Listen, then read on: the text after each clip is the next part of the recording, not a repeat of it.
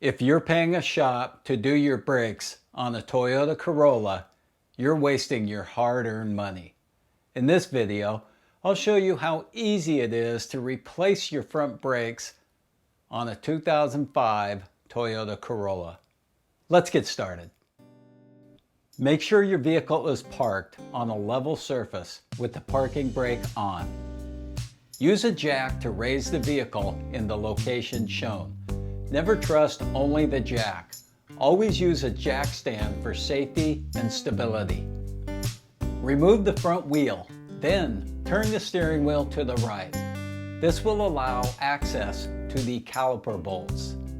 Use a 14mm wrench or socket to loosen the lower caliper bolt. Then loosen the upper caliper bolt. Now remove both caliper bolts and set them aside. Now is a good time to lay down a pan or a piece of cardboard. This helps keep your work area clean. Here's a tip. Install 2 lug nuts on your rotor. This will keep your rotor from moving around and make the brake job a little bit easier. Carefully remove the caliper and set it aside. Do not let the caliper hang by the hose. Remove the inner pad by gently rocking the pad back and forth as you slide it out from the caliper bracket. As you can see here, there's almost no material left on this pad. Now remove the outside pad the same way as the inner pad. This pad still has some material left on it, but obviously it still needs replaced. I always use factory pads whenever I can. As you can see, these pads have plenty of material on them. As I compare these pads, you can see how bad these actually were. If you're replacing your rotors, there are 2 caliper bolts which need removed. I'm not replacing mine, so I'll continue replacing my pads. Now remove the caliper hardware. This is where the pads sit. This will just pull off.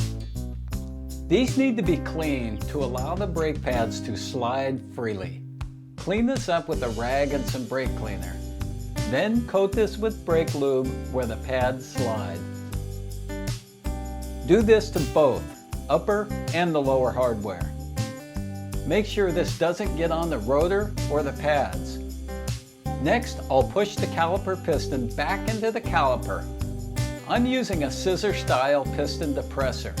This can be found at any local auto parts store or even Amazon. Install 1 new pad and 1 old pad into the caliper. Then set up your scissor tool.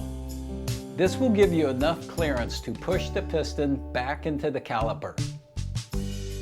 I'm not going to push my old brake fluid back into my brake system, so I'll use a 10mm wrench and a hose on the brake bleeder screw to discard my old fluid. I'll open the bleeder screw, then slowly push the piston back into the caliper, and the fluid will exit into a drain pan. This is just how I do it. You can push the old dirty fluid back into your brake system if you wish. Use a light coat of brake lube on the back of the pad and areas where it touches the caliper and mounting hardware. Doing this will help reduce brake squeak. Make sure no lube gets on the pad or the rotor itself. If it does, clean it off with brake cleaner. Now install the inner brake pad into the caliper bracket. Install the lower tab into the hardware, then install the upper tab. Do this same process to the outer pad.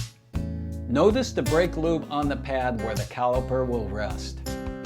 Now install the caliper onto the rotor and pads. Once it's secure, install the caliper guide pin bolts hand tight. Then torque them to 35 to 45 foot-pounds.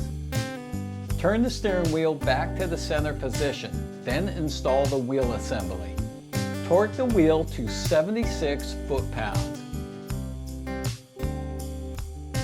Continue your brake job on the driver's side of the car. This procedure is the same steps as the passenger side. Once you're finished, slowly push the brake pedal down a few times until you get a firm pedal. Congratulations on replacing your brakes and saving yourself hundreds of dollars. Thanks for watching, and if you learned something, give me a thumbs up.